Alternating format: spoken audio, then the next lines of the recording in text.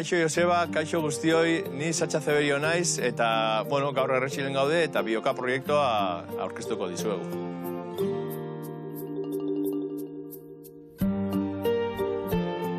Guain dala ja 17 urte, honera etorri ginen, da, bueno, hau dena zan pinudi zahar bat, aldatu ginen, sartu ginen zagarrak, poliki-poliki ez genukan olako asmo klaro bat, baina, bueno, zagarrak etorri ziren poliki-poliki, eta hasi ginen zumoak iten, eta zumotik gero zagarduak, gero espinak, gero txukrutak, eta, bueno, poliki-poliki aurrera jonda proiektu osoa. Oin ja kalian gaude, merkatutan gaude, eta produktuak gustatzen dute merkatuan, eta horregatik pozik gaude. Guk hasi ginen gure zagarrekin, baina on ja ikusten dugu kantitate gehiago. Orduan, hemen alboan edo auzoan dauzkagun beste ekoizle batzuengatik hartzen ditugu zagarrak eta asak eta produktuak hartzen ditugu hemen inguruan dauzkagun nekazari eta ekoizle batzuengatik bai. Da, gaina hemen inguruan dauden beste baserritar batzuei ere beraien zumoak egiten diogu.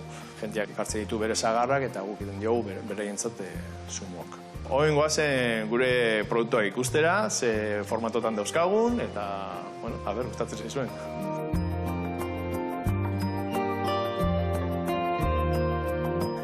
Bueno, hauek dira gure produktuak, hasi ginen zumoak egiten, dauzkagu denetan saltzeko eta tabernetan saltzeko. Bat, zagarrutxarena, hauxe da, eta bestea zagarra jengibrarekin. Likido berdina esan duke, edo pasteurizatzen baldin badago, zumotan bihurtzen da, bale? Eta hartzitura alkoholikoan parte hori depositotan sartzen baldin badago, zagarduan bihurtzen da. Bai zumoak eta bai zagarduak, biladia produktu naturalak, eta gero gure zagarduak bihurtzen ditugu ospinan. Ospina hon dago filtratu gabe eta pasteurizatu gabe. Eta hori dira gure zagarrarekin egindako produktuak. Eta gaur hitzein behar dugun produktu buruz dira hauek txukrutak, laktofermentabak deitzen dirana.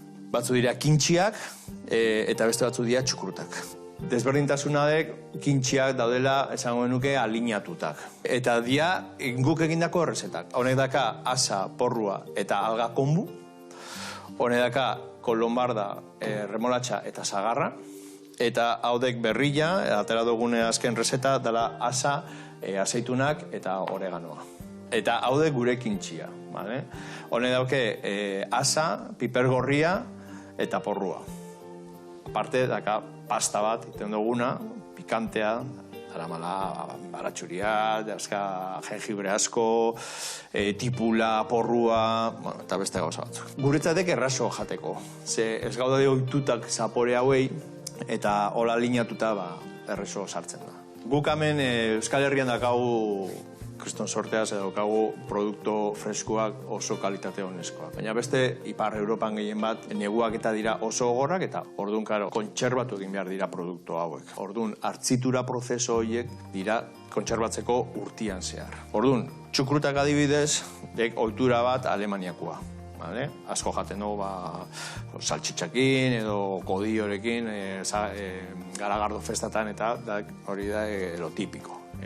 Baina guretzatek hau beste pauso bat eman diogu guk zeiten dugu. Hartzitura prozeso hortan bakteria laktiko asko sortzen dira, baina Alemaniatik etortzen da txukrut hori normalian pasteurizatuta egoten da eta bakteria laktiko guzti horiek hiliten dira. Orduan parte prebiotikoa hortzen dago. Orduan guk egiten duguna da hartzitura prozeso hori, baina gordinean. Ez dugu berotzen. Horregatik hau beti joan behar da oskailuan.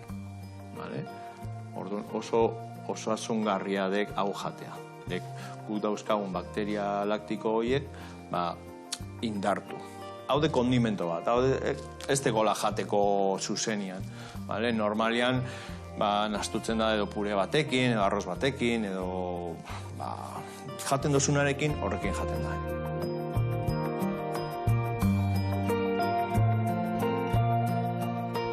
Hau izan da, gure proiektuaren eta Bioka markaren aurkezpena. Ezagutzen dituzue gure produktu guztiak, zumoak, zagarduak, ospinak eta txukrutak, eta gonbidatutak zaudete probatzera, aurkituko dituzue denda ekologikotan, eta animatu zaitxeste.